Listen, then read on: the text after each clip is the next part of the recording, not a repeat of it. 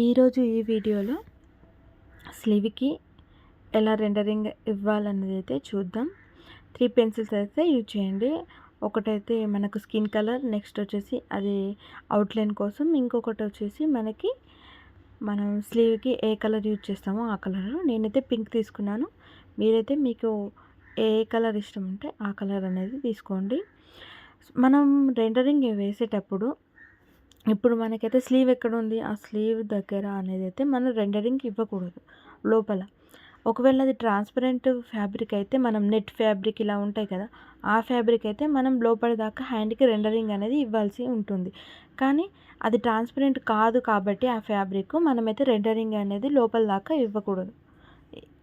ఈ వీడియోలో చూపించిన విధంగా అయితే రెండరింగ్ అనేది ఇవ్వండి.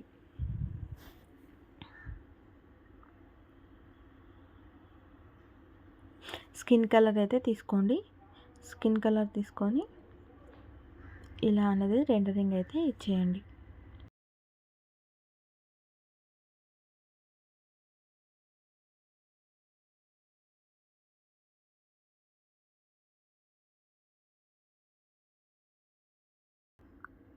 నెక్స్ట్ వచ్చేసి మనమైతే ఈ స్లీవ్ డ్రా చేసుకున్నాం కదా, దాని అవుట్లైన్ అనేది ఫస్ట్ మనమైతే డ్రా చేసుకోవాలి. అంటే మనకి ఏదైనా డార్క్ కలర్ యూజ్ చేసినప్పుడు, ఇప్పుడు నేనైతే పింక్ యూజ్ చేశాను కదా, ఈ పింక్లో ఇంకా డార్క్ అనేది కూడా ఉంటుంది. సో దాన్ని అనేది మీరు అవుట్లైన్కి యూజ్ చేయండి.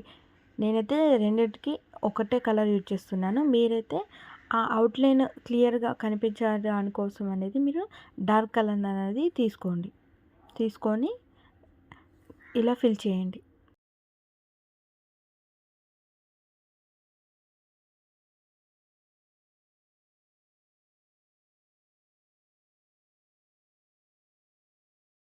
ఇప్పుడు లైట్గా వాటర్ని అయితే తీసుకుంటూ రెండరింగ్ అయితే ఇచ్చేయండి.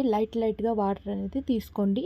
మీరు ఎక్కువ వాటర్ తీసుకుంటే మనకి ఒక దగ్గర అనేది లైట్గా, ఒక దగ్గర డార్క్నెస్ లాగా కనిపిస్తుంది. సో మీరు లైట్గా వాటర్ని అప్లై చేస్తే ఓవరాల్గా సేమ్ వస్తుంది. ఎక్కడ కూడా డార్క్ లైట్ అనేది ఉండదు. సేమ్ ఇలా మనం హ్యాండ్కి ఎలా రెండరింగ్ అయితే ఇచ్చామో సేమ్ స్లీవ్ కూడా అలానే వాటర్ అనేది లిటిల్గా తీసుకుంటూ రెండరింగ్ అయితే ఇచ్చేయండి. ఈ వీడియోలో చూపించిన విధంగా అయితే రెండరింగ్ అనేది ఇవ్వండి స్లీవ్కి.